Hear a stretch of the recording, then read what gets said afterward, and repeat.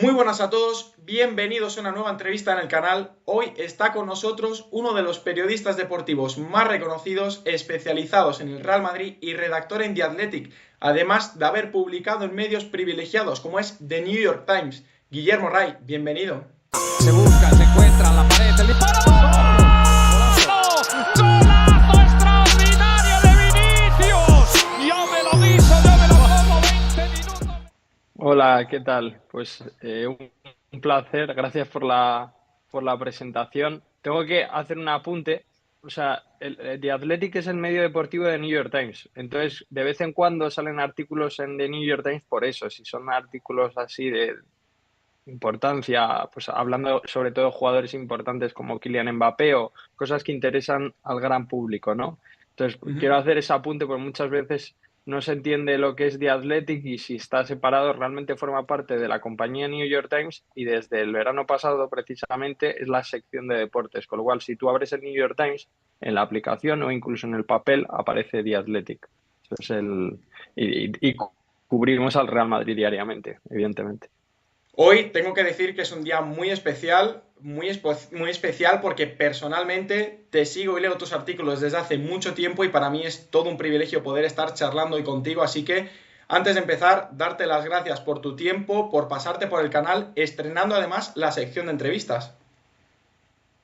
Pues nada, encantado de ser el primero. Seguro que vas a entrevistar a gente, pues, vamos, bastante más importante que yo, te diría, y el hecho de ser el primero, de verdad que es no solo un placer, sino que ojalá te pueda ayudar a hacer crecer el canal, que seguro que sí, que por las ganas que tienes y por el entusiasmo y por todo lo que sabes del Real Madrid, seguro que te va bien. Muchísimas gracias. Lo primero de todo, quería que me contaras un poquito cuál es tu historia, cómo fueron tus inicios en este mundo del periodismo deportivo, porque, corrígeme si me equivoco, pero con 15 años, 15, 16, ya estabas escribiendo tus primeros artículos para medios de comunicación, ¿no? Sí, yo empecé muy, como todos los periodistas, yo creo que es un trabajo, un ejercicio profesional muy vocacional. Entonces, tenía, no sé, 10 11 años. Desde que tengo uso de conciencia, realmente quería ser, he tenido claro que lo del periodismo, ¿no? Y con 10 11 años empecé en el diario AS porque monté un periódico en el colegio. Le hizo gracia al director de aquel momento y después empecé a ir a la redacción, a aprender un poco el oficio, que me parece más empírico que de estudio. Quiero decir, es más la práctica, tú lo estarás viendo ahora que trabajas bueno, en varios medios realmente, pero que estás involucrado y que te das cuenta de que es más la experiencia que el estudio, aunque es importante evidentemente estudiarlo. Pero a los 15 y 16 ya cada vez que tenía algo que contar, lo contaba en el AS. Me daban esa ventana, yo lo mandaba con todo el entusiasmo del mundo y no solo me motivó para estudiar, sino que me motivó yo creo que eso es una experiencia que ya se tiene y llegas a la universidad y ya la tienes y creo que eso fue una ventaja porque vivimos en un mundo cada vez más competitivo a nivel laboral. En España cada vez hay más. El otro día lo estaba hablando con un amigo el sábado. Hay, creo que son 300.000 graduados universitarios al año en España, con lo cual la carrera universitaria, que es importante, ha perdido valor en el sentido de que ya no es tan fácil conseguir trabajo a pesar de que tengas la carrera. Entonces tienes que buscar la forma de diferenciarte y yo lo hice honestamente de forma inconsciente, no lo hice de forma consciente porque con 10 11 años no estás pensando tanto en el mercado laboral, pero luego sí a la hora de encontrar prácticas, que es lo primero que hay que hacer, pues me sirvió mucho empezar pronto, como estás haciendo tú realmente. Oye, también quería hablar, te fuiste a Inglaterra, a Londres concretamente, a trabajar siendo muy joven. Quería preguntarte cómo es la relación del país con el fútbol, porque aquí, por ejemplo, en España es prácticamente una religión. ¿Qué diferencias notaste? Porque, por ejemplo, allí pues las aficiones suelen ser, digamos, más radicales, de hecho se le llaman los hooligans. Quería preguntarte cómo se vive allí el fútbol en Inglaterra. Es una afición distinta a la española porque, en primer lugar, en primer lugar, nosotros que cubrimos al Real Madrid, pues creo que en España todo el mundo es del Madrid o del Barça, es difícil encontrar a alguien que no sea de esos dos equipos, quizá del Atlético de Madrid, del Athletic de Bilbao, por raíces, pero siempre simpatizan más por el Madrid o por el Barcelona.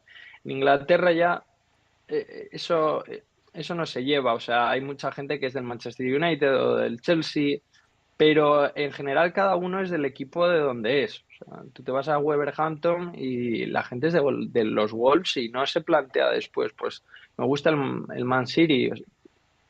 Son muy del equipo de donde son.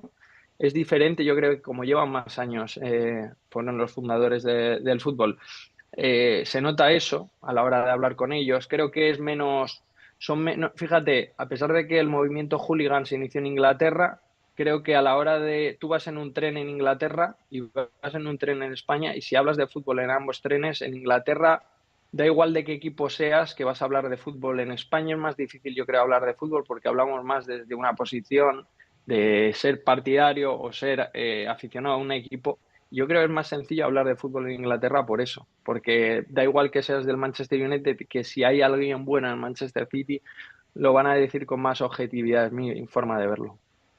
¿Y crees que el hecho de haberte ido tan joven a otro país fuera de España te hizo madurar de alguna manera y evolucionar hasta ser el periodista deportivo en el que te has convertido, en el que eres hoy en día? Sí, yo estoy muy agradecido. A ver, son cosas que tienes que tener claras en la vida, porque yo me fui justo justo después del Brexit, entonces no era el mejor momento para irse a trabajar en Reino Unido. Cada vez es más complicado ir a trabajar a Reino Unido. A mí me parece un país increíble para trabajar, sobre todo. O sea, yo viví en Londres y Londres es una ciudad en la que volvería a vivir. Me parece una ciudad gigante, o sea, me parece la gran ciudad de Europa, pero es una ciudad, comparado con Madrid o comparado con España, son países más para trabajar que para consumir, que para vivir, ¿no? Entonces, yo creo que te ayuda a desarrollarte, te desarrollas más rápido, yo creo que estás más centrado al final, es diferente el modo de vida, ¿no? Y sí, te cambia el hecho de ir tan joven. Yo, de todas formas, había ido como mucha gente se va a estudiar inglés, y por eso se lo agradezco evidentemente a mis padres. Cada uno, pues yo pude ir a estudiar 2 veranos y justo coincidió que había cosas que hacer, artículos que mandar a y ya empecé a mandar con 14 15 años artículos cuando estaban los cursos de verano. Pues me iba a hacer reportajes. Me acuerdo en Oxford fui a hacer uno de la leyenda de Titisef, que si no sabéis la historia, tenéis un informe Robinson increíble, y luego yo hice un artículo en el AS. Tenía la sensación de que era lo mío, o sea, desde muy pequeño, de que esto lo podía hacer. Es la sensación, que es una sensación maravillosa, porque en otros trabajos no sabes realmente lo que vas a hacer hasta que terminas la carrera, pasan unos años, haces un máster.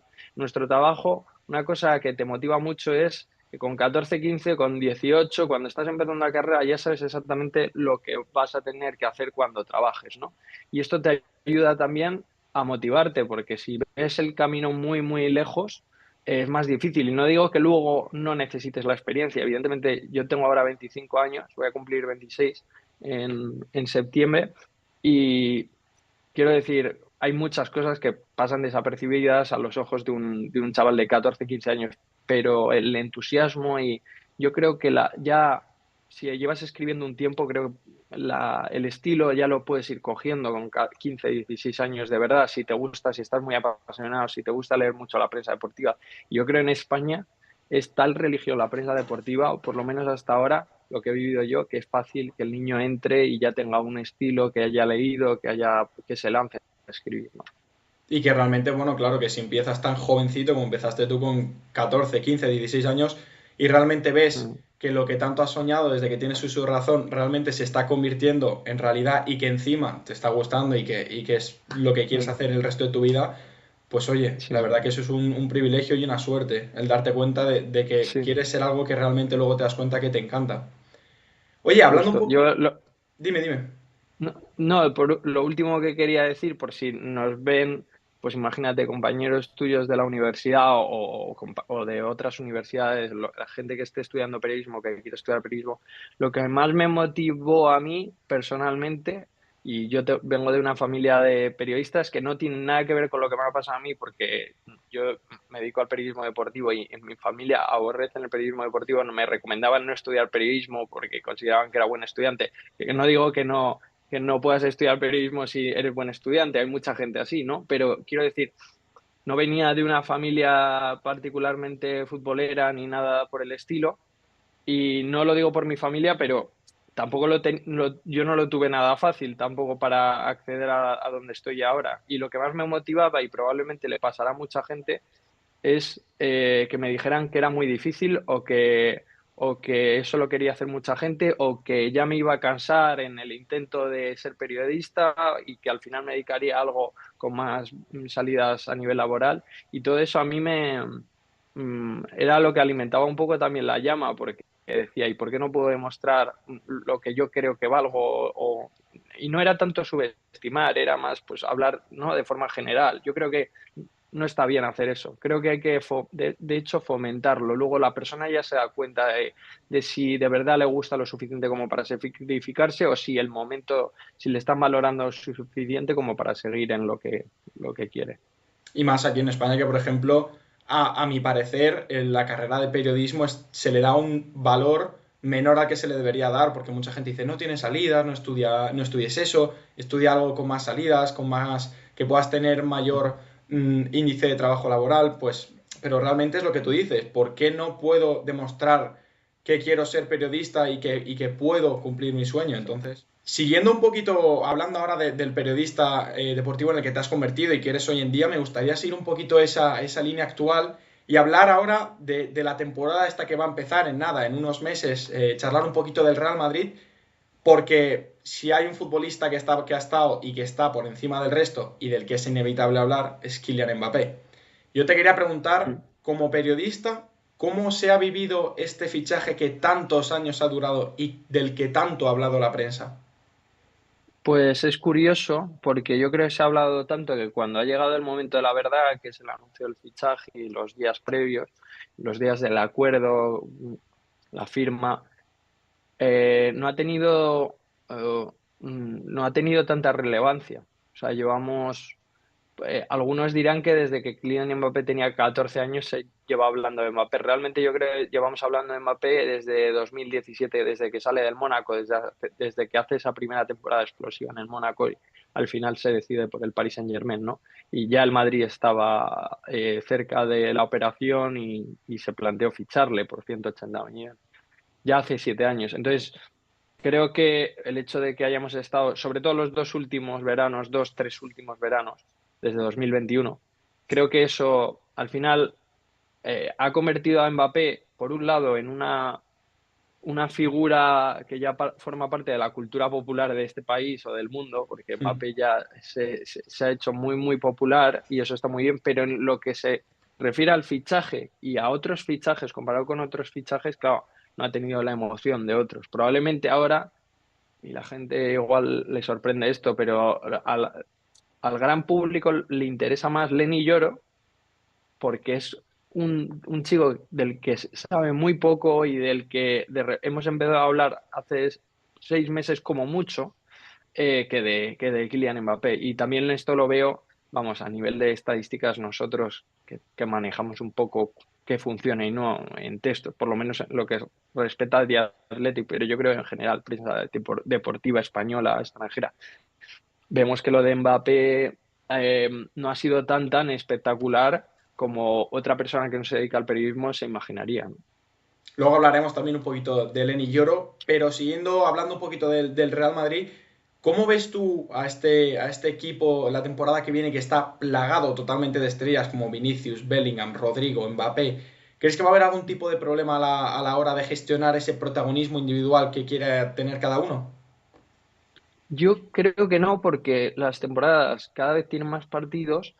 Esta temporada que viene va a ser muy, muy especial porque va a haber el Mundial de Clubes de verano y van a ser, si no lo he entendido mal, igual me corriges tú, son 7 torneos al final los que se tienen que disputar.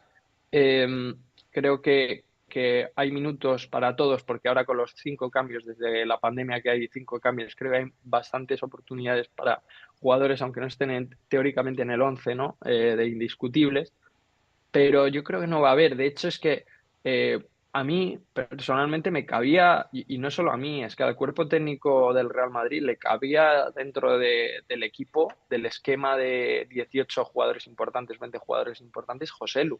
Y Joselu se marcha. Entonces yo creo que va a haber bastante hueco y más ahora que se va a Joselu. O sea, esos 1.500 minutos que tendría Joselu esta temporada que viene, porque esta anterior ha tenido más de 2.000. Yo entiendo que José lo jugaría menos con Hendrik al final, por mucho que le dieran minutos. Pues esos 1.500 irán repartidos, entiendo yo, entre Hendrik y Gule, y porque yo doy por hecho que Mbappé ya iba a tener muchos minutos y tal, pero creo que van a tener todas sus oportunidades. Sí. Has comentado que José Lu finalmente ha acabado saliendo y me gustaría hablar de eso. Como periodista que Mm. cubre al Real Madrid, ¿cómo se han vivido las salidas de futbolistas como Nacho, Kroos, José Lu? Y por otro lado, renovaciones como la de Luka Modric, porque parecía que Kroos tenía todas las de renovar, finalmente acaba saliendo y el que renueva es Modric, José Lu acaba Mm. saliendo recientemente a Arabia. ¿Cómo se han vivido eso como Mm. periodista que cubre al Real Madrid? Pues hay cosas más sorprendentes, menos. Diría que, yendo en orden cronológico, lo que me esperaba esta temporada es que Modric fuera del Real Madrid. Era un poco lo planteado, aunque entendía que Modric, si fuera por él, o sea, se iba a quedar si le daban a elegir, porque él lo ha demostrado que siempre que le dan a elegir, y es lo que yo entendía y lo que me habían contado. Luego, este discurso cambia también el de Modric.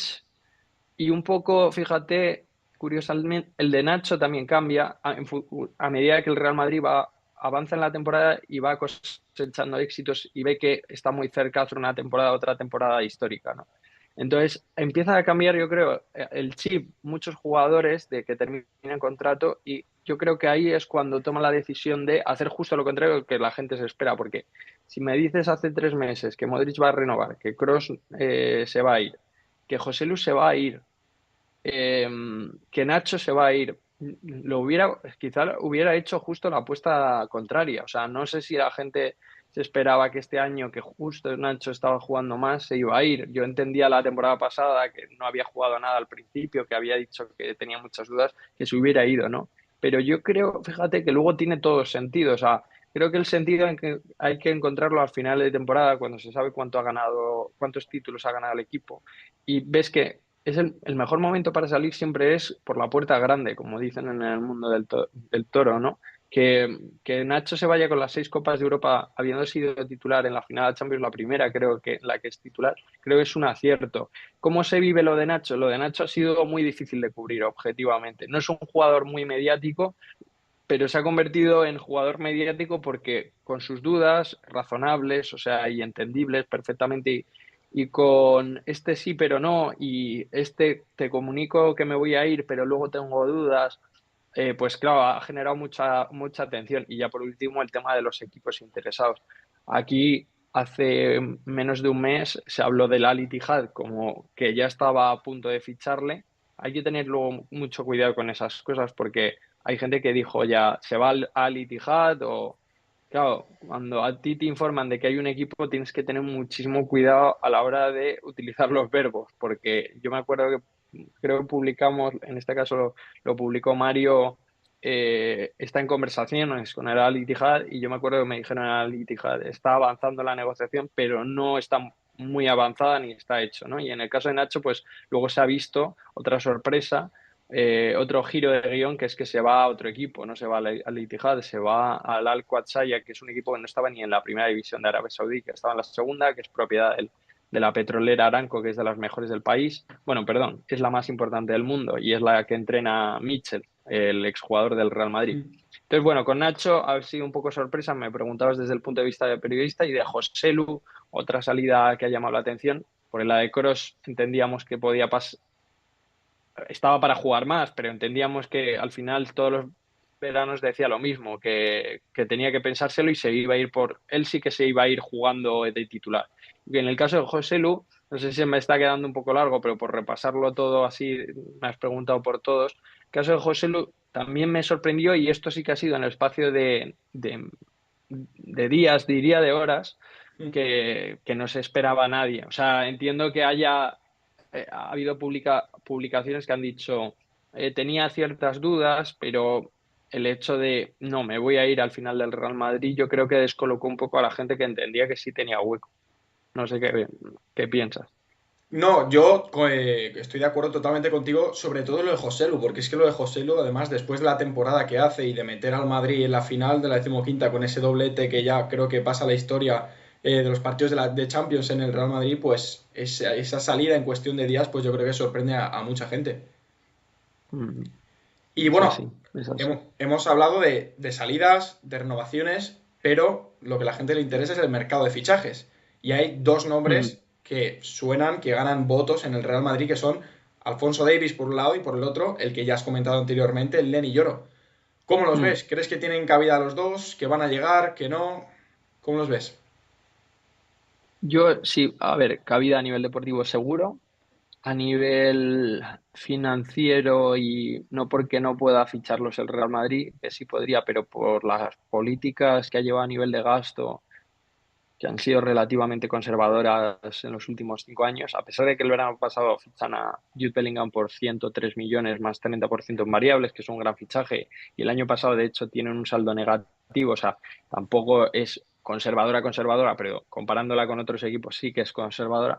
Creo que me es difícil a día de hoy decir que van a fichar a los dos este verano, o sea, quiero verlo, creo que va va a influir el hecho de que va a haber alguna salida más, aunque yo espero que haya alguna salida que todavía no se ha oficializado y que no se ha llegado a un acuerdo. Por ejemplo, yo creo que Andrei Lunin podría salir este verano y el Real Madrid podría recibir una cantidad por él. Eso influye también de cara a una operación como la del lateral izquierdo. Creo que a día de hoy hay más urgencia por un central que por un lateral izquierdo. Al final, el puesto de lateral izquierdo, pues, con dos hombres, con dos jugadores, lo cubres. Puesto de central necesitas cuatro y a día de hoy el Real Madrid tiene tres, y dos de ellos con roturas de ligamento cruzado recientes. De hecho, Álava todavía no está completamente recuperado. Quiero ver que Militao y Álava vuelvan ojalá, al mejor nivel, pero con ese caldo de cultivo, con ese contexto en la cabeza, creo que es prioritaria la llegada del Linillore y a mí lo que me cuentan es efectivamente esto, ¿no? Que nombre sobre la mesa, el único, me dijeron, antes de que saliera lo del central italiano, el lateral izquierdo Sí, zurdo, perdón, central zurdo, es que... Calafiori. Sí. Calafiori. Se ha hablado justo esta semana de Calafiori y 2 días antes me dijeron, el único nombre sobre la mesa es Lin Yoromo. Me llamó la atención la literalidad y la contundencia de la frase, porque a veces dicen, sí, es una opción, Lenny Yoro, no, la única opción es Lenny Yoro, esto antes de que saliera lo de Calafiori, que probablemente le habrán, porque la labor de scouting es muy extensa, muy amplia en Madrid, en todos los equipos, y seguramente le hayan visto y le hayan ojeado. Pero bueno, en el caso de Lenny Yoro yo creo que es un fichaje necesario y así lo entiende el club y por eso creo que se va a hacer antes. También por otra, hay más condicionantes en este fichaje. Es un jugador más joven que Alfonso Davies. Alfonso Davies es joven, ¿no? Creo no llega a 24 años, pero estamos hablando de Lloro, tiene tu edad, ¿no? Es del 2000, o sea, del 2005 tiene 18, más o Sí, no sé si me equivoco. sí, sí, sí, sí, sí. Claro, con 18, Lenny Yoro tiene la opción de irse libre en 2025, termina contrato en 2025 con el Lille, por si alguien no sabe de qué equipo viene, porque no es tan conocido, ya digo, aunque ahora cada vez más. Y el Madrid tenía la opción y tiene la opción de intentar convencerle de que salga en 2025, pero con la edad que tiene es difícil que se vaya a ir libre, porque al final el Lille también quiere dinero, si ve que el jugador no está, no prefiere no esperar hasta 2025, se generaría otro clima muy tenso dentro del Lille. Entonces, yo creo que es lo evidente y lo sencillo que el Real Madrid vaya por él. Es que ya no estoy hablando ni de días, estoy hablando de horas. Igual se nos queda obsoleto el vídeo de YouTube porque una vez que el jugador ya ha dado el sí al Real Madrid, es mucho más sencillo para el Real Madrid negociar, y cuando el resto de equipos saben que el Real Madrid es la preferencia del jugador, ¿no? Un poco así. Entonces va a depender la negociación. El presidente del Lille se llama Olivier Letan, que era director deportivo del Paris Saint-Germain. Es un negociador muy duro, me han dicho. No le ha gustado la información o las informaciones de que Lloro se prefería al Real Madrid. No le ha gustado porque al final lo que buscaba él era hacer una subasta, vender al jugador al mejor postor, ¿no? Y al final pues va a tener que negociar con el Real Madrid. Y yo soy optimista, sinceramente. Creo que van a llegar a un punto de acuerdo. Por eso digo que puede ser pronto, porque al final, si el jugador está a favor y el Madrid quiere, es difícil que el Madrid no lo consiga. Por otro lado, con Alfonso Davies creo que es una operación más compleja y se ha visto, ¿no? El Madrid ya desde hace años, te diría, porque estamos hablando de Lloro por lo menos desde el verano pasado. Ya me acuerdo que en el Madrid se me mencionaba Davies, perdón, y yo creo que es una operación más compleja, es un jugador más consolidado, con un salario bastante más alto, que exige un salario todavía más alto, y el puesto de lateral izquierdo yo creo que sería un gran fichaje. O sea, entiendo que vayan a por él. Para mí es top 1 mundial. Estoy metiendo a Alfonso Davies en un top 3 junto a Ferland Mendy y a Teo Hernández, ¿Para ti probablemente es el mejor laterales Davis, izquierdos. el mejor del mundo? A día Yo de hoy. creo que es el más diferencial. Quizá esta temporada, por esta temporada que ha tenido lesiones, que no ha tenido continuidad, es difícil decir número uno, pero sí que le veo como el mejor posible, ¿no? Y luego que tiene 6 años menos que Ferland Mendy, si no me equivoco, 5 o 6 años menos. Eso también influye con las lesiones de Mendy, ¿no? Y eso que Mendy ha demostrado ser probablemente el mejor lateral izquierdo defensivo del mundo y en general, ¿no? Del mundo. Eh, pero ya te digo, creo que es menos prioritario precisamente por eso, porque Mendy ha demostrado mucho, porque está Fran García, porque Miguel Gutiérrez, no sé qué va a pasar, pero el Madrid tiene una opción de compra por, creo que son 7,5 millones, que es bastante económico. Entonces, vamos a ver. Yo, evidentemente, preferiría que vinieran los dos, pero como nos tiene acostumbrados el Madrid a mercados tan conservadores a nivel de gasto, todavía soy escéptico. Y hablando, bueno, claro, estamos hablando ahora de fichajes que pueden llegar. Y desde el punto de vista de un periodista, yo he tenido la suerte de poder verte en acción, de cómo es el proceso que tú sigues para poder acercarte al representante de un futbolista, al entorno más personal, más familiar de un jugador de fútbol. Pero para la gente que esté viendo el vídeo y no sepa cómo es ese proceso, ¿cómo lo Mm. explicarías tú? ¿Cómo haces para poder llegar hasta el entorno más íntimo, más personal de un futbolista? A ver, en el proceso de construcción de la noticia, o sea, para dar un fichaje, por ejemplo, este de Lenny Yoro es un ejemplo fácil. El entorno es muy importante porque normalmente los entornos son los que más cuentan.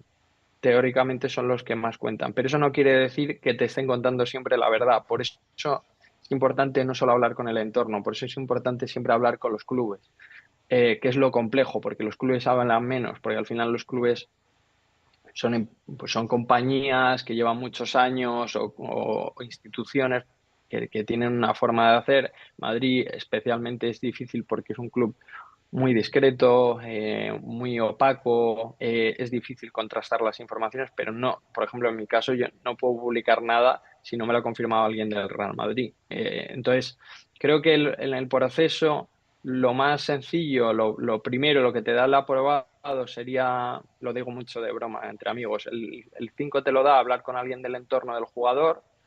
Luego el notable te lo daría hablar con gente del club. Habitualmente pues siempre hay gente del club encargada también de tratar con la prensa, entonces pues hablar con esa gente. Y ya el sobresaliente para mí es cuando te llevas directamente con el jugador o tienes una complicidad especial, ¿no? Y entonces es difícil, pues luego dicho esto, o sea, siendo como académicos a nivel de fuentes, luego hay informaciones que te llegan por alguien que no está en la operación y que luego te permite ir a la operación a alguien involucrado y preguntarle y que te diga, bueno, este tío sabe o no, esto no tiene nada que ver.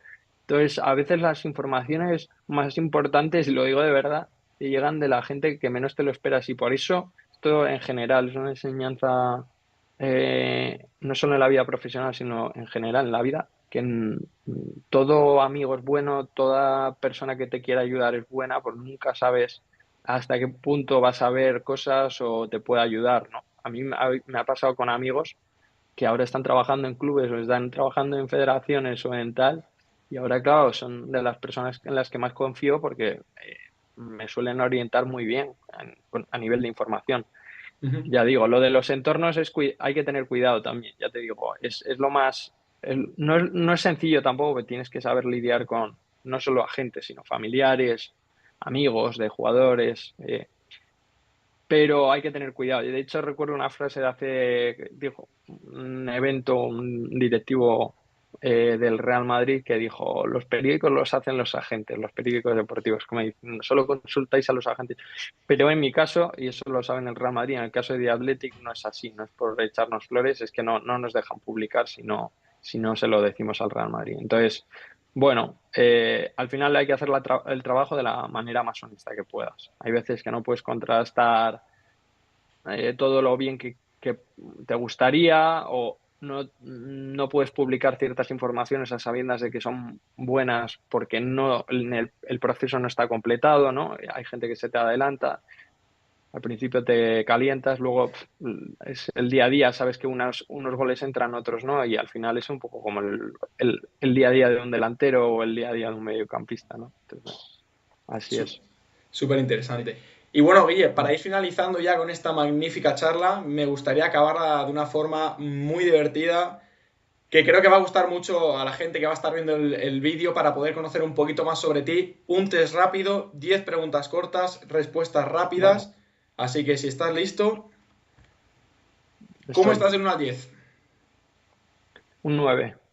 Una ciudad para perderte. Londres. Un estadio de fútbol. El nuevo del Tottenham, el New Tottenham Stadium, que es poco conocido, o sea, para el público español. Mejor consejo que te hayan dado. Mm, Muchos, pero digo, el que resiste vence, Premier League o la Liga. la liga. ¿Qué es lo que más te gusta de ser periodista deportivo? Eh, Levantarme y tener ganas de trabajar. ¿Y lo que menos? Em, Hay cosas malas también. Pues te diría lo que menos, a veces la presión. ¿Dejarías el periodismo deportivo por una cantidad de dinero? ¿Un No, millón de no euros, se te digo, por trata. ejemplo? No. O sea, no es una cuestión de dinero en este caso. O sea, evidentemente quiero ganarme bien la vida, pero me he planteado a veces, hay gente que es periodista que luego es agente o no lo veo. Defínete en 3 palabras. Constante, te diría que he sido obsesivo con muchas cosas, no solo con esto. Eh, esto- ah, Transparente y constante, transparente y extrovertido. Al final no me pongo nervioso. Eso es muy importante y más en esta profesión. Y Mm, para acabar, ¿crees que Kylian Mbappé será uno de los mejores de la historia del Real Madrid? ¿O será un Eden Hazard que al final no mm, cuaja? mm. No, yo sí que pienso que tiene todo para hacer historia, para ser uno de los grandes del Madrid. Todavía tiene tiempo, tiene mi edad, somos del 98 los dos, entonces si no pienso que él pueda hacer historia, pues no pienso que yo pueda hacer algo, ¿no? Bueno, Guille, pues muchísimas gracias por tu tiempo, por pasarte por el canal. Para mí ha sido todo un privilegio poder entrevistarte. Ojalá que al final todo vaya bien, que al final Lenny Yoro, Kylian Mbappé hagan historia en el mejor club del mundo. Lenny Yoro se acaba finalmente viniendo. Te deseo lo mejor y nos vemos la temporada que viene. Y para la gente que esté viendo el vídeo, suscribiros, que no os cuesta nada. A mí me ayudáis un montón y prepararos porque os vienen cosas muy, muy interesantes. Hasta la próxima. Se busca